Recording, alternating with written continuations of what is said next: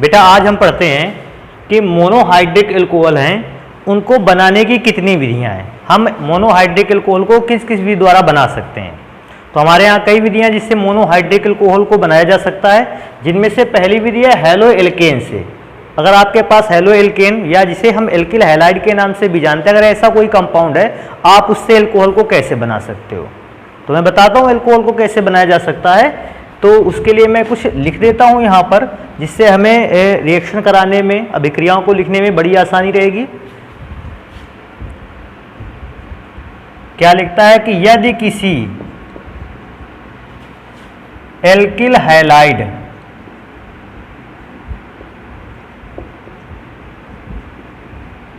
Alkyl halide को ही hello alkene कहते हैं। यदि किसी एल्किल हैलाइड को NaOH, sodium hydroxide, potassium hydroxide जिसे KOH के नाम से जानते हैं, के जलीय विलयन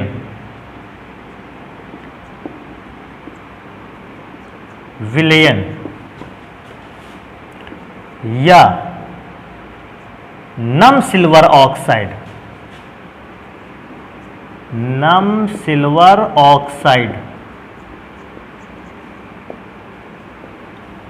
यदि हमारे पास कोई एल्किल हैलाइड है और उस एल्किल हैलाइड को सोडियम हाइड्रोक्साइड, पोटेशियम हाइड्रोक्साइड के जलीय विलयन में, या फिर अगर हमारे पास सोडियम हाइड्रोक्साइड और पोटेशियम हाइड्रोक्साइड नहीं है तो हम इसकी जगह पर यूज कर सकते हैं नम सिल्वर ऑक्साइड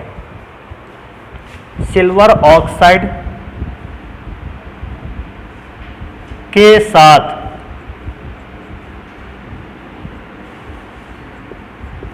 मिलाते हैं तो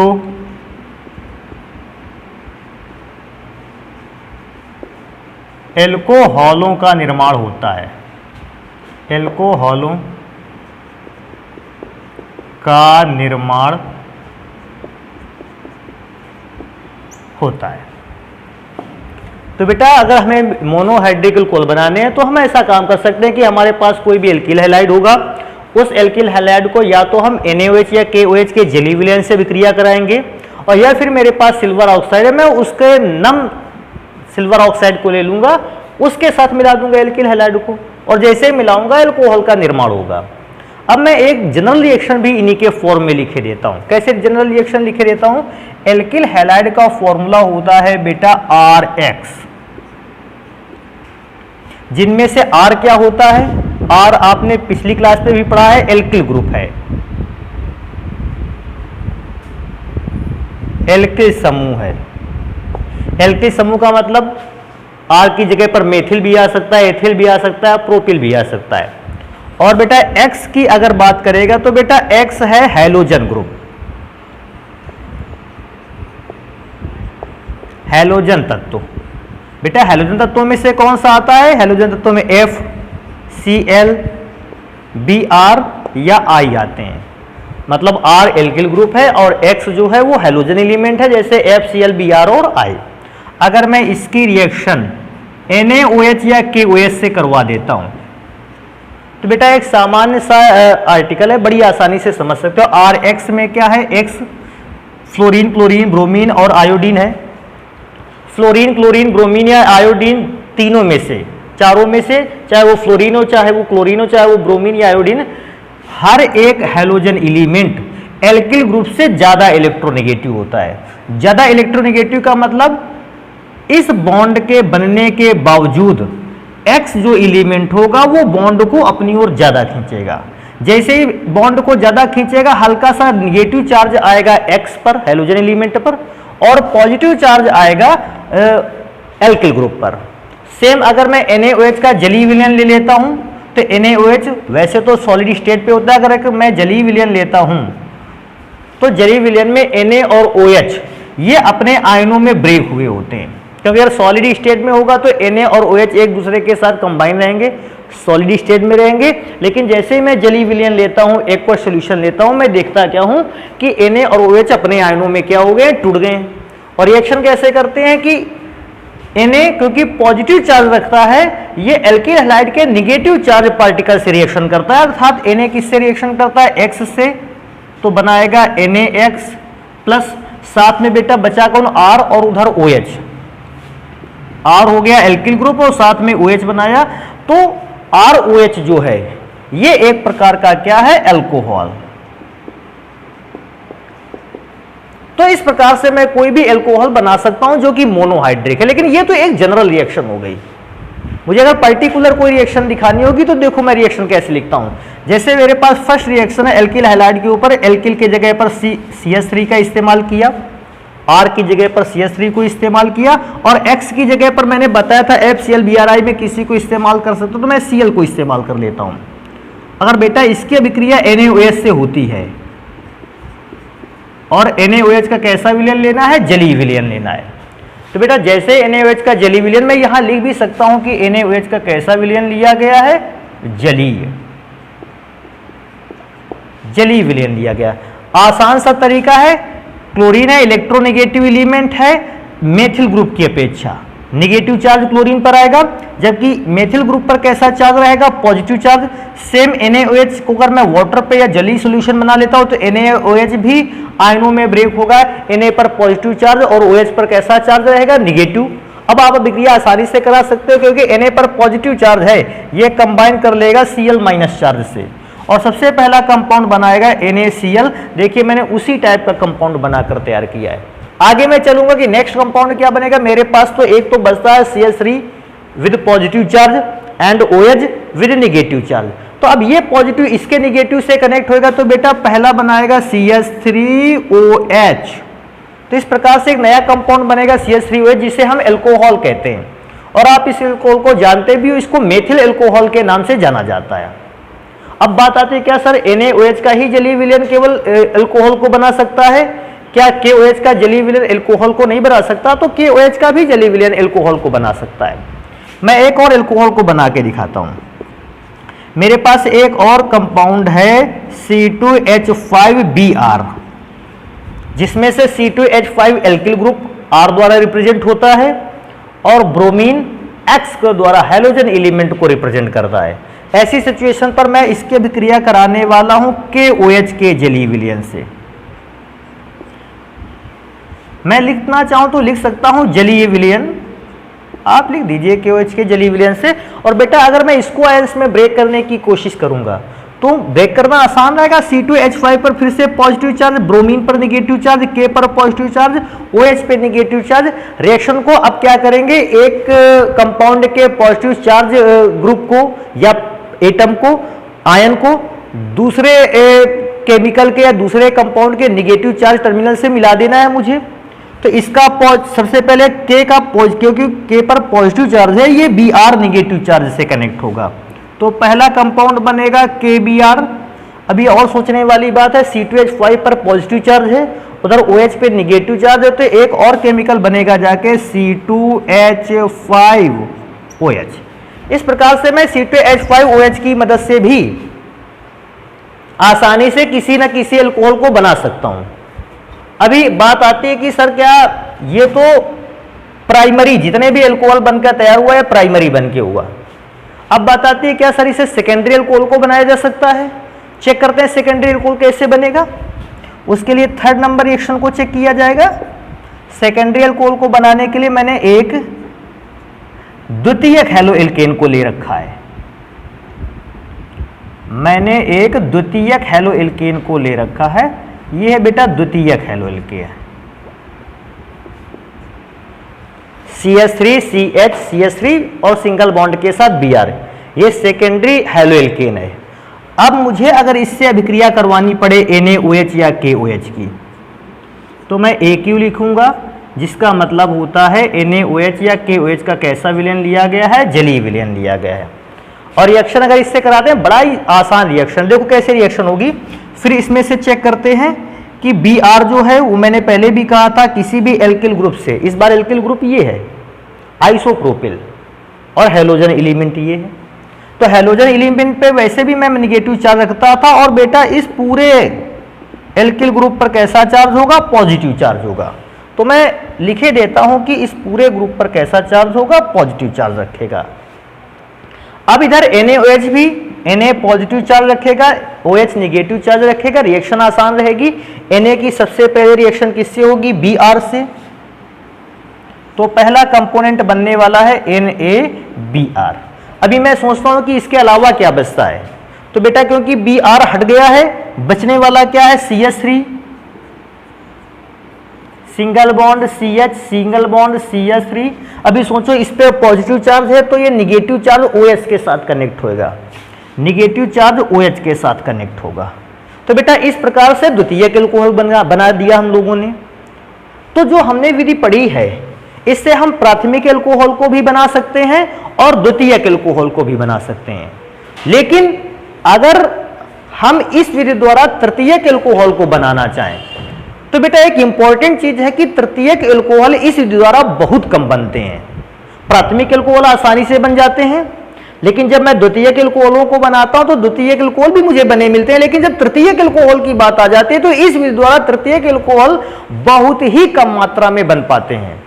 तो मैं चेक करूंगा कि इस विधि द्वारा तृतीयक एल्कोहल क्यों कम मात्रा में बन पाते हैं, आखिर क्या रीजन है रिएक्शन के दौरान जिससे तृतीयक एल्कोहल नहीं बन पाते हैं। तो फर्स्ट और सेकेंड रिएक्शन में मैंने प्राथमिक एल्कोहलों को बनाया, थर्ड रिएक्शन में मैंने सेकेंडरी द्वितीयक एल्कोहल को बनाया। अभी एक और रिएक्शन लिखी जाएगी जिसमें से मैं तृतीयक एल्कोहल को बनाने की कोशिश करूंगा। अब तृतीयक एल्कोहल बनता है नहीं बनता है ये बाद की बात है। तो उसके लिए होता क्या है बेटा, एक हम टर्सरी हैलोएल्केन लेते हैं। टर्सरी हैलोएल्केन क्या रहेगा? CH3, सिंगल बॉन्ड C, ऊपर CH3 ग्रुप, नीचे CH3 ग्रुप, साथ में कोई भी हैलोएल्केन का मैं Cl लिखे लेता हूं। अब मुझे इससे KOH की अभिक्रिया करवानी है विद एक्वस सॉल्यूशन। बेटा एक और सोचने वाली बात है, सर जी आपने KOH लिख दिया, आप NaOH भी लिख सकते हो, कोई प्रॉब्लम नहीं है। तो मैं यहां लिख दूंगा जलीय विलयन से होगी। बेटा रिएक्शन का मेथड बड़ा आसान सा है, फिर सेम रिएक्शन है। क्या रिएक्शन है? अब आप खुद समझ चुके होंगे, Cl पर अगर निगेटिव चार्ज आया है तो इस कार्बन के एटम पर कैसा चार्ज आएगा? पॉजिटिव चार्ज आएगा। और वैसे ही KOH अगर आयनों में टूटेगा जल में घोलने पर तो K पर पॉजिटिव चार्ज, OH पे निगेटिव चार्ज। होता क्या है, K रिएक्शन करता है Cl से, KCl। और फिर बेटा ऐसी सिचुएशन में एक और रिएक्शन का पार्ट होता है। कैसे होता है मैं उस चीज को दिखाता हूं। अगर KCl से रिएक्शन कर लेगा तो हमारे पास पहला केमिकल KCl प्राप्त हुआ, दूसरा केमिकल तो ये तृतीयक कार्बन श्रृंखला प्राप्त हुई। मैं उसको लिखता हूं तृतीयक कार्बन श्रृंखला कैसे? CH3 single bond C, CH3 CH3।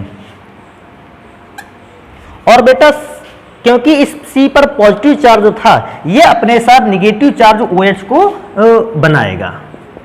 लेकिन बेटा प्रॉब्लम इस बात की रहती है कि ऐसी सिचुएशन पे बेटा OH नेगेटिव चार्ज उड़ता है, ये कंपाउंड बहुत ही कम समय के लिए स्टेबल रहता है। और स्टेबल नहीं रहता तो ये करता क्या है? ये स्टेबिलिटी खोता है तो क्या बनाता है? ये बेटा ये कंपाउंड बहुत ही कम स्टेबल होता है और स्टेबिलिटी कम होने के कारण इसका OH इस साइड वाले कार्बन से हाइड्रोजन को क्या कर लेता है? एब्जॉर्ब कर लेता है। अभी सोचो अगर ये OH इस साइड वाले कार्बन से हाइड्रोजन को एब्जॉर्ब करेगा, ऐसी सिचुएशन पर OH H को लेकर बनाएगा वाटर मॉलिक्यूल। और सोचो इसका OH हट गया, इसमें से एक क्या कम हो गया? H कम हो गया। तो H कितना बचा? 2। वहां कार्बन बचा, यहां बचा CH2। कार्बन और CH2 अपने आप को बैलेंस करने के लिए कार्बन और CH2 के बीच में कौन सा बॉन्ड डेवलप करते हैं? डबल बॉन्ड डेवलप करते हैं। बेटा इसी डबल बॉन्ड वाले कंपाउंड को अगर मैं थोड़ा सा सही लिखूं, इस चीज को सामने लेके चलूं, तो बेटा ये बॉन्ड कुछ इस प्रकार से बनाएगा। कैसा? Double bond CH2। Double bond CH2 को देखकर मुझे क्या मिला? पता चला कि मैं जब प्राथमिक एल्कोहल बनाता था वो आसानी से बनकर तैयार हुआ, सेकेंडरी एल्कोहल भी बनकर तैयार हुआ। लेकिन जब मैंने टर्सरी एल्कोहल को बनाने की कोशिश की, टर्सरी एल्कोहल अपने अंदर से KCl और वाटर मॉलिक्यूल को लूज करने लगा। अभी तक क्या था? कोई भी एल्कोहल वाटर मॉलिक्यूल को लूज नहीं करता था, वाटर मॉलिक्यूल अलग नहीं करता था। लेकिन तृतीयक एल्कोहल वाटर मॉलिक्यूल को शीघ्रता से अलग कर देता है और खुद चेंज होता है डबल बॉन्डेड कंपाउंड में। डबल बॉन्डेड कंपाउंड को हम कहते हैं एल्कीन।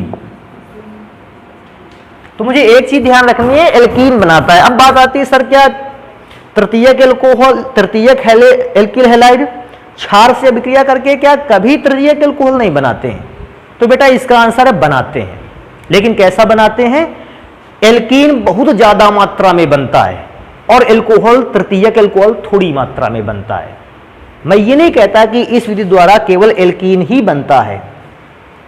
इस चौथी रिएक्शन से हम केवल एल्कीन बना सकते हैं, एल्कोहल बना ही नहीं सकते। एल्कोहल भी बेटा बनता है, लेकिन उस समय होता क्या है, एल्कोहल की अमाउंट बहुत कम होती है और एल्कीन की अमाउंट बहुत ज्यादा होती है। क्योंकि एल्कीन की अमाउंट ज्यादा होती है, हम ज्यादा अमाउंट वाले कंपाउंड को रिएक्शन में दिखाते हैं और कम अमाउंट वाले कंपाउंड को रिएक्शन में शो नहीं करते हैं। तो बेटा ये हो गया, अगर आपके पास कोई हैलो एल्केन है उससे आप एल्कोहलों को कैसे बना सकते हो। तो मैं इस विधि में जुड़ी हुई कुछ विशेष बातों को यहां लिखे देता हूं। कुछ विशेष बातें बेटा क्या है? सबसे पहली विशेष बात है कि इस विधि द्वारा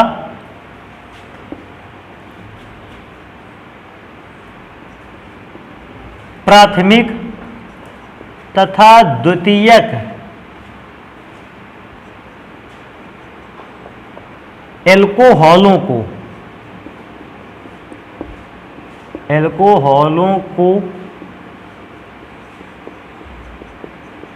आसानी से बनाया जा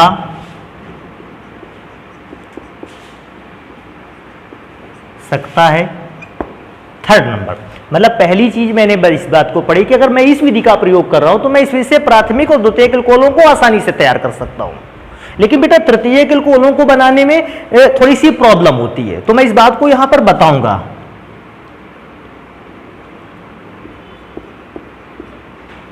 परंतु इस विधि से तृतीयक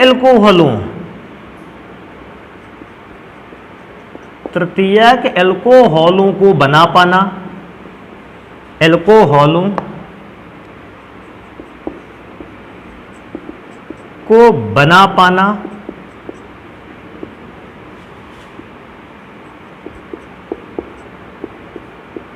कठिन होता है, क्योंकि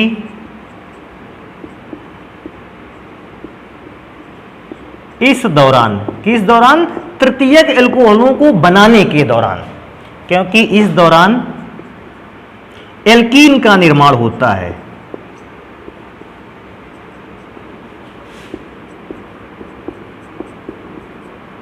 निर्माण अधिक होता है।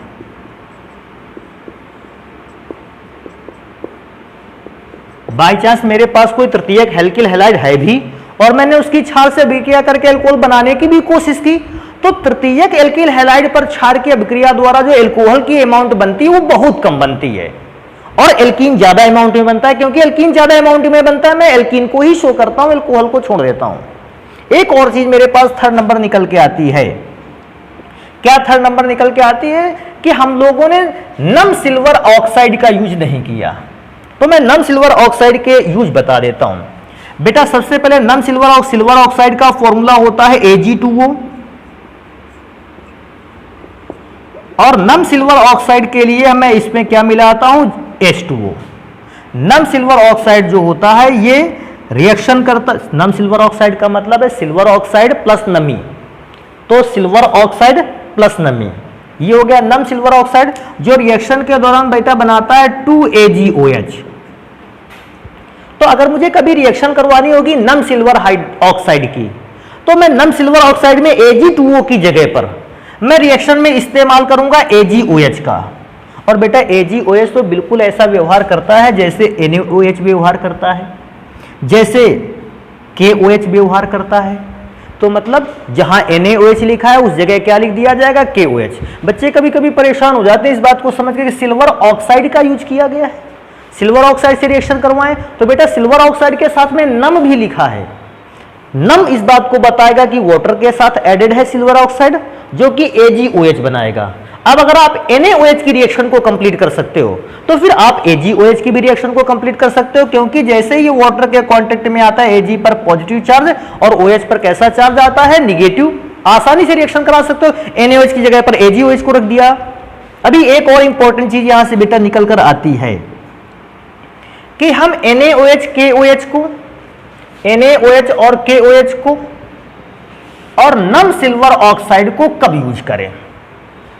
तो बेटा बड़ी इंपॉर्टेंट चीज है, जब आपको एल्कोहल की अमाउंट ज्यादा चाहिए आप AgOH का इस्तेमाल करेंगे, और जब आपको एल्कीन की अमाउंट ज्यादा चाहिए, एल्कीन का मतलब डबल बॉन्डेड वाले कार्बन श्रृंखला वाले यौगिक की को ज्यादा बनाना है, आप NaOH या KOH का इस्तेमाल करेंगे। तो मैं एक और इंपॉर्टेंट चीज लिखता हूं, क्या लिखता हूं, एल्कोहल को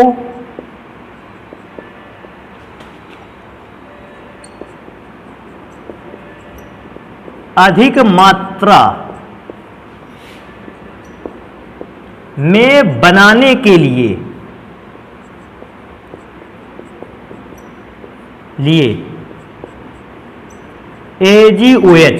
AgOH को ऐसे भी कह सकते हैं नम सिल्वर ऑक्साइड का प्रयोग करते हैं, क्योंकि नम सिल्वर जो ऑक्साइड होता है ये एल्कोहल का निर्माण करने की प्रोबेबिलिटी ज्यादा कर देता है, ज्यादा अमाउंट में एल्कोहल को बनाता है और कम अमाउंट में एल्कीन को बनाता है। तो ये बेटा पहला ऐसा प्रोसीजर है, हेलो एल्केन से हम किसी भी एल्कोहल को बना सकते हैं। हेलो एल्केन अगर कायदे से देखा जाए तीनों प्रकार के एल्कोहल बना लेता है, प्राथमिक एल्कोहल भी, द्वितीयक एल्कोहल भी, तृतीयक एल्कोहल भी। बस थोड़ी सी बात इस जगह पे आ जाएगी कि तृतीयक एल्कोहल बहुत ही कम मात्रा में बनते हैं। तृतीयक एल्कोहल को बनाने के चक्कर में तृतीयक एल्कोहल जो होता है वो एल्कीन में चेंज हो जाता है। तो बेटे पहला ऐसा प्रोसीजर है जिससे हम एल्कोहलों को बना सकते हैं। मैं इसको मिटा देता हूं, दूसरे प्रोसीजर की ओर चलेंगे कि दूसरी कौन सी ऐसी विधि है जिससे हम मोनोहाइड्रिक एल्कोहल को बना सकते हैं। तो आप इसको नोट कर सकते हैं, मैं मिटा दूंगा। तो बेटा मोनोहाइड्रिक एल्कोहल को बनाने की और विधियों में से मेरे पास सेकंड ऐसा प्रोसीजर है जिससे मैं एल्कीनों के द्वारा, एल्कीन का मतलब डबल बॉन्डेड कंपाउंड द्वारा, जिनमें कार्बन कार्बन परमाणुओं के बीच में डबल बॉन्ड पाया जाता है, ऐसे यौगिकों के द्वारा मैं एल्कोहलों को बनाऊंगा, मोनोहाइड्रिक एल्कोहलों का निर्माण करूंगा। और अगर मैं देखूं कि एल्कीनों से हम जब एल्कोहल का निर्माण करते हैं तो एल्कीनों से एल्कोहल को कितनी विधियों द्वारा बनाया जा सकता है। तो एल्कीनों से एल्कोहल को दो विधियों द्वारा बनाया जा सकता है। सबसे पहली विधि है जिसमें H2SO4 से क्रिया करेगा एल्कीन और तब एल्कोहल बनाएगा, और दूसरी क्रिया होगी जिसमें से जल योजन करेगा एल्कीन और तब रिएक्शन करके बनाएगा। तो मैं एक एक रिएक्शन को पढ़ के सुनाता हूं। सबसे पहले H2SO4 से क्रिया वाली रिएक्शन को बताऊंगा।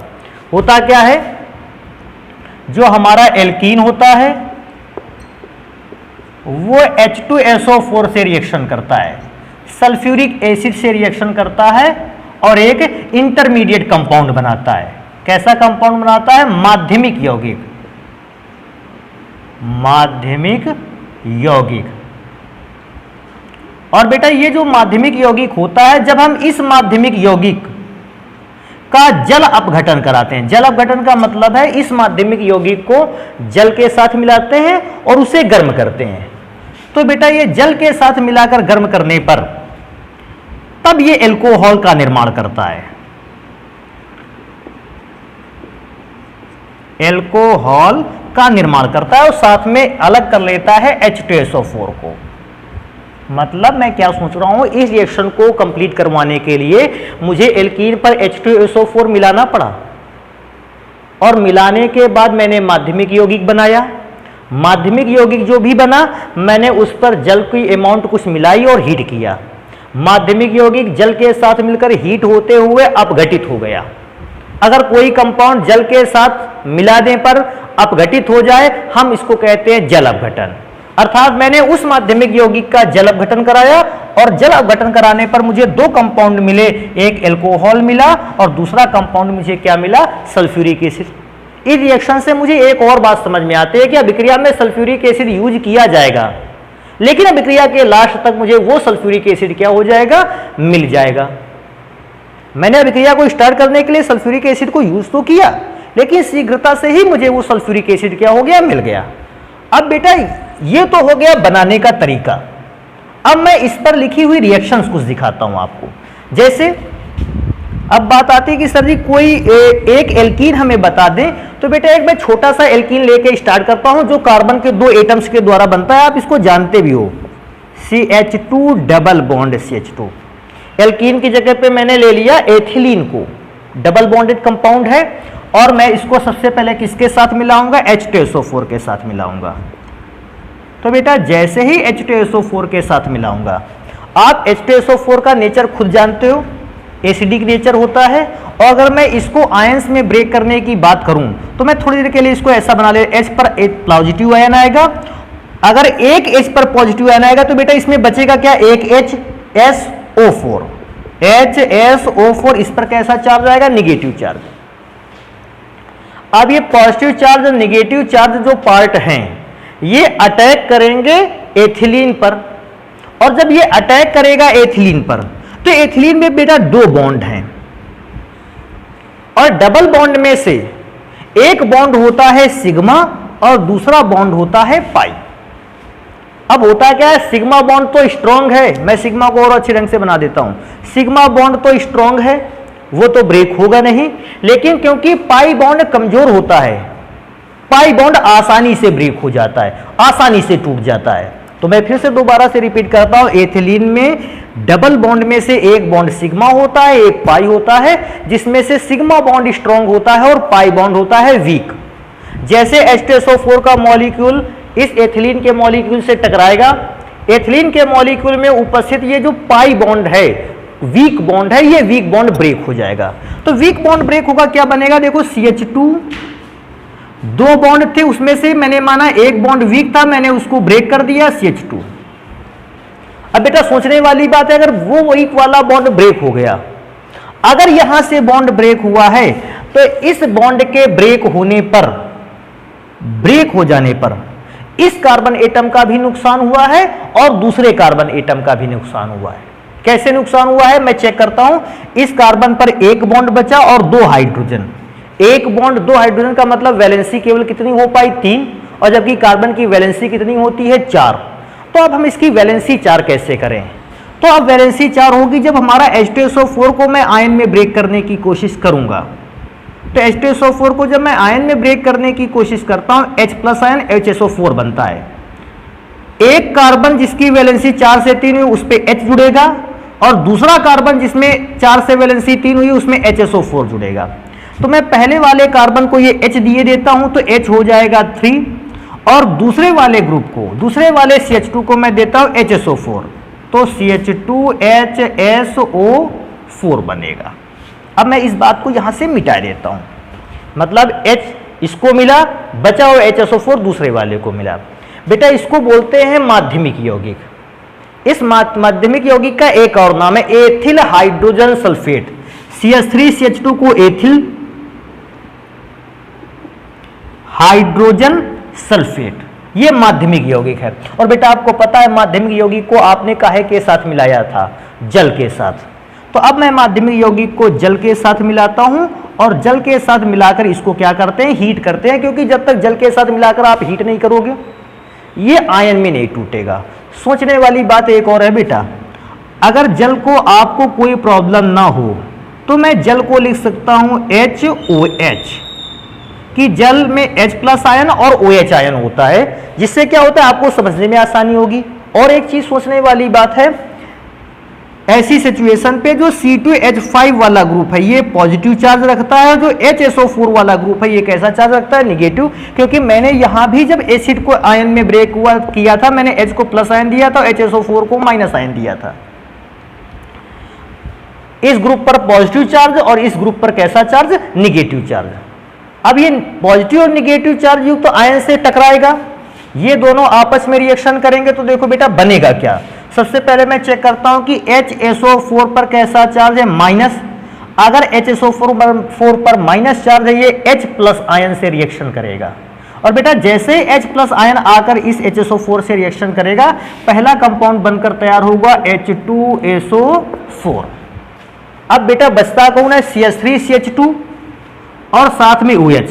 CH3CH2 पर पॉजिटिव चार्ज और OH पर निगेटिव चार्ज, तो CH3CH2 पर पॉजिटिव चार्ज था, ये OH से जुड़ेगा क्योंकि OH पर कैसा चार्ज था? Negative charge. अब बेटा इस एल्कोहल को कहते हैं एथिल एल्कोहल या एथेनॉल।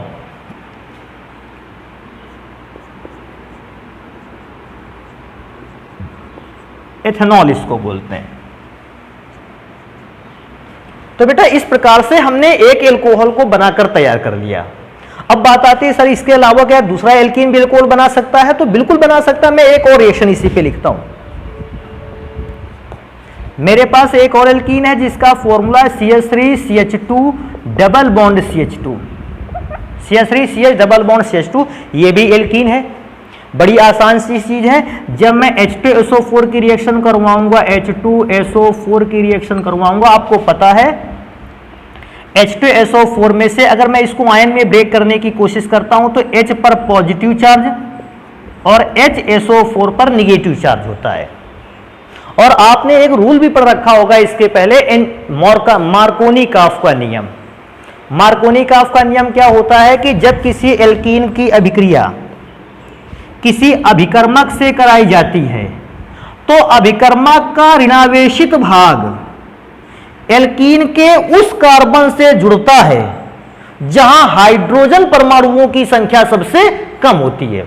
ऋणात्मक भाग उस कार्बन से जुड़ता है जहां हाइड्रोजन सबसे कम है। तो मैं इनमें से तीनों में से हाइड्रोजन को अगर चेक करूं तो यहां हाइड्रोजन सबसे कम है। ऋणात्मक भाग इसी कार्बन से जुड़ेगा आके। उस समय फॉर्मूला क्या बनेगा? CH3CH2। अभी कहोगे सर जी डबल बॉन्ड कहां खत्म कर दिया? तो बेटा डबल बॉन्ड टूटेगा जब ये रिएजेंट इस पर अटैक करेगा तो डबल बॉन्ड टूट जाएगा। और जब डबल बॉन्ड टूटेगा तो क्यों टूटेगा डबल बॉन्ड? क्योंकि उसमें से एक सिग्मा है, पाई है, तो पाई वाला वीक बॉन्ड था वो ब्रेक हो गया, सिग्मा वाला तो अभी भी बना है। अब मुझे प्रॉब्लम इस बात की आ रही है कि मैं CH को H दे दूं और CH2 को HSO4 दे दूं, या मैं CH को HSO4 लगाऊं। मतलब मेरे पास ये दो ग्रुप है और मेरे पास दो जगहें भी हैं। क्योंकि जब बेटा ये वाला बॉन्ड टूटेगा, एक बॉन्ड ये वाला नुकसान कार्बन का होगा और एक इस कार्बन का नुकसान होगा। इस कार्बन को कोई फर्क नहीं पड़ेगा, इसका तो बॉन्ड भी नहीं टूटा। तो मेरे पास दो जगहें हैं और मेरे पास दो आयन भी हैं। अब मैं क्या सोचता हूं, मैं इस बात की चर्चा करूंगा कि मैं उन दो जगहों पर कौन से आयन को किस जगह न स्थान दूं। तो मार्कोनी-काफ ने हमें बताया था कि जो ऋणावेशित आयन है इसको आप कार्बन से उस कार्बन से जोड़ें जहां हाइड्रोजन कम है। क्योंकि बीच वाले पर हाइड्रोजन कम है, मैं HSO4 अर्थात ऋणात्मक वाले भाग को यहीं से जोड़े देता हूं। लेकिन दिमाग में अपने क्या रखना है कि HSO4 के पर कैसा चार्ज था? माइनस। यह बाद में आपको बहुत अच्छा फायदा देगा। और बेटा बचा H किसको दे देना है? CH2 को। तो जैसे ही बचा हुआ H CH2 को मिलेगा, ये बन जाएगा CH3। लेकिन ये तो माध्यमिक यौगिक हो गया। अभी माध्यमिक यौगिक को हमें क्या करना है? जल के साथ मिलाकर गर्म करना है और अपघटित करना है। तो मैं इस माध्यमिक यौगिक को वाटर के साथ मिला देता हूं और इसको क्या करते हैं? गर्म। जल मैंने फिर से इसलिए लिखा है HOH ताकि हमें रिएक्शन में कोई प्रॉब्लम ना हो। अभी आप क्या सोचने वाले थे 2 मिनट पहले कि HSO4 पर माइनस था। अगर HSO4 पर माइनस था तो HSO4 माइनस आयन बनाए जाने के कारण ये H प्लस आयन से रिएक्शन करता, HSO4 H प्लस आयन से रिएक्शन करेगा तो H हो जाएंगे 2 और साथ में SO4। तो मैं कंपाउंड को यहां लिखता हूं, पहला कंपाउंड बनेगा H2SO4। अभी सोचने वाली बात है, अगर H2SO4 बन गया तो ये हो गया अलग, बचा कौन हमारे पास? CH3CH अभी सोचने वाली बात है, माइनस चार्ज वाला एरिया यहां से निकल गया, माइनस चार्ज लेके निकल गया तो कार्बन पर कैसा चार्ज आ गया होगा? प्लस। और जब कार्बन पर आ गया होगा प्लस तो ये OH माइनस को अपनी ओर क्या कर लेगा? अट्रैक्ट कर लेगा। फिर ध्यान से देखो, HSO4 अगर माइनस को लेके अलग हो जाता है, HSO4 माइनस को अगर लेके अलग हुआ तो इस कार्बन पर कैसा चार्ज आ जाएगा? Positive charge. और जैसे ही पॉजिटिव चार्ज आएगा कार्बन पर, ये OH माइनस को अपनी ओर क्या कर लेगा, अट्रैक्ट करके एक सेकेंडरी एल्कोहल बना लेगा। मतलब मेरे पास जो H2SO4 से क्रिया करवाकर एल्कीन पर मैं जब एल्कोहलों का निर्माण करता हूं, मैं प्राथमिक एल्कोहल भी इस विधि से बना सकता हूं और मैं इसी विधि द्वारा द्वितीयक एल्कोहल भी बना सकता हूं। लेकिन इस पूरी रिएक्शन को पढ़ने के लिए, समझने के लिए मेरे पास ये पहली लाइन मेरे पास लिखी होनी चाहिए। मैं उसी रिएक्शन से मैं इन चीजों को समझ जाता हूं कि कैसे मैंने रिएक्शन करवाई है।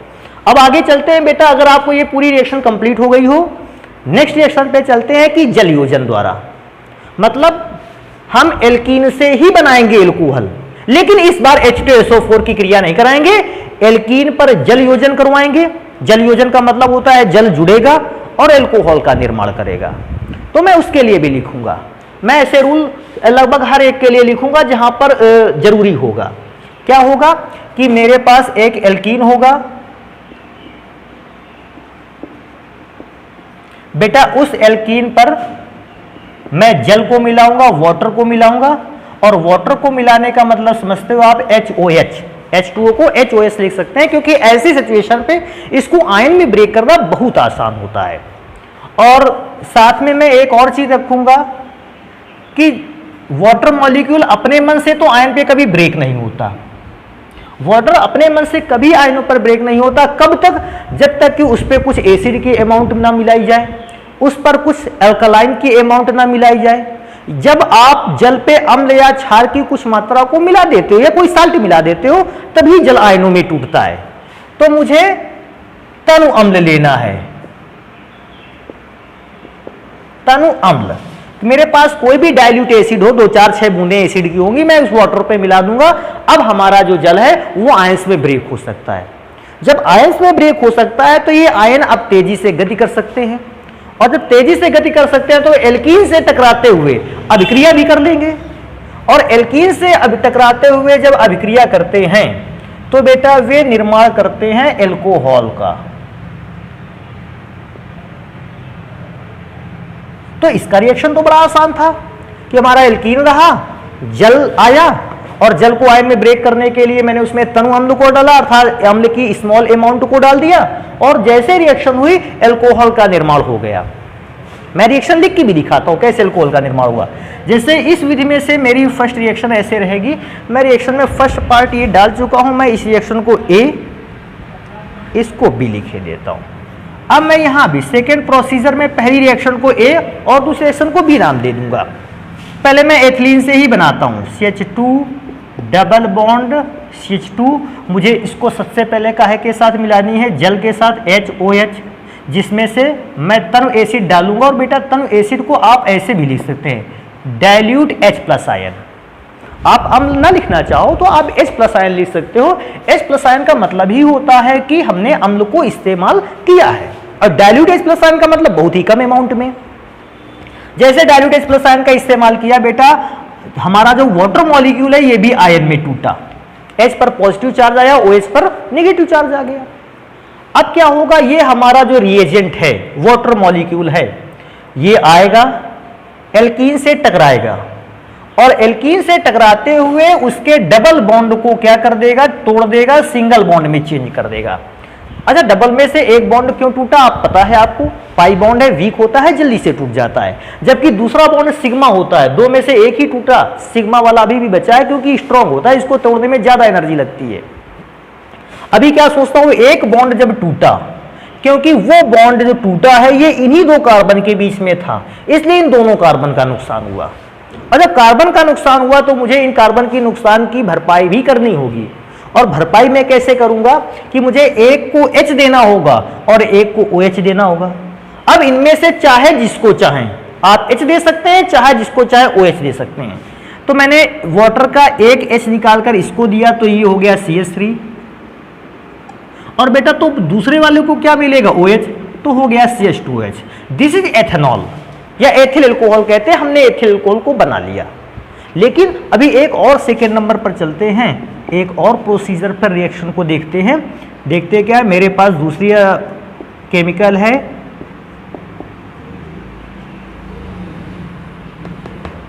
अब मैं इस पर जल की अभिक्रिया करवाऊंगा, और जल की अभिक्रिया को करवाते हुए एक तो डाइल्यूट H+ आयन।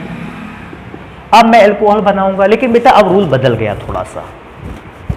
मार्कोनिकॉफ का नियम क्लास 11th पर था, क्या था कि जब हमारा कोई भी एल्कीन किसी अभिकर्मक से रिएक्शन करता है तो अभिकर्मक का जो ऋणात्मक भाग होता है, ऋणात्मक भाग का मतलब OH- आयन, इसमें से ऋणात्मक भाग एल्कीन के उस कार्बन के साथ अटैच होता है जहां हाइड्रोजन परमाणुओं की संख्या सबसे कम होती है। इसमें से चेक करो, हाइड्रोजन इसमें 3 है, इसमें 2, इसमें 1, यही तो हाइड्रोजन परमाणु की संख्या सबसे कम है, तो इसी में अटैच हो जाएगा आके। अटैच होगा अगर OH यहां, तो बेटा हुआ क्या, CH3CH, इस पर तो OH कनेक्ट हो गया, साथ में लिखा था CH2। लेकिन एक बात मैं समझता हूं, ये डबल बॉन्ड भी तो ब्रेक हो जाता है। अगर बेटा ये डबल बॉन्ड ब्रेक हुआ तो इस कार्बन को नुकसान हुआ और इस कार्बन को नुकसान हुआ। इस कार्बन ने अपने नुकसान की भरपाई कर ली OH को जोड़ते हुए, तो ये कार्बन अपने नुकसान की भरपाई कर लेगा H को जोड़ते हुए। तो H अगर जुड़ जाएगा तो CH2 की जगह पर क्या बन जाएगा, CH3, और मैंने सेकेंडरी अल्कोहल को बनाकर तैयार कर लिया। तो इस प्रकार से मैं कंपाउंड को आसानी से बना सकता हूं। अगर मैं इसकी जनरल रिएक्शन लिखना चाहूं, एक सामान्य अभिक्रिया लिखना चाहूं जिससे मैं सारी के सारे कंपाउंड या सारे के सारे एल्कीन की रिएक्शन को आसानी से संपन्न करा सकता हूं, तो मेरे पास एक सामान्य रिएक्शन अभिक्रिया हो सकती है। क्या है वो अभिक्रिया, वो अभिक्रिया है RCH double bond CH2। R का मतलब है एल्किल ग्रुप, CH जैसे मैंने मेथिल को इस्तेमाल किया, सेम बिल्कुल। अगर मैं उस पर HOH की रिएक्शन करवाता हूं डाइल्यूट HD की प्रेजेंस में, तो बिल्कुल बेटा रिएक्शन में CH3 की जगह मैंने क्या इस्तेमाल किया है, R। रिएक्शन में कभी कभी R की जगह पे C2H5 हो सकता है, R की जगह पे C3H7 हो सकता है, कुछ भी हो सकता है इस टाइप से एल्किल ग्रुप में से। अब मैं रिएक्शन करवाता हूं तो सेम चीज है, OH मिलेगा इस H को और H+ आयन मिलेगा CH2 को। तो कैसे होगा, R सिंगल बॉन्ड CH को मिला OH और CH2 को मिला एक S, इसलिए ये चेंज हो गया CH3 में। तो ये जनरल रिएक्शन है। अब R की जगह पर कोई CH3 भी लिख के दे सकता है,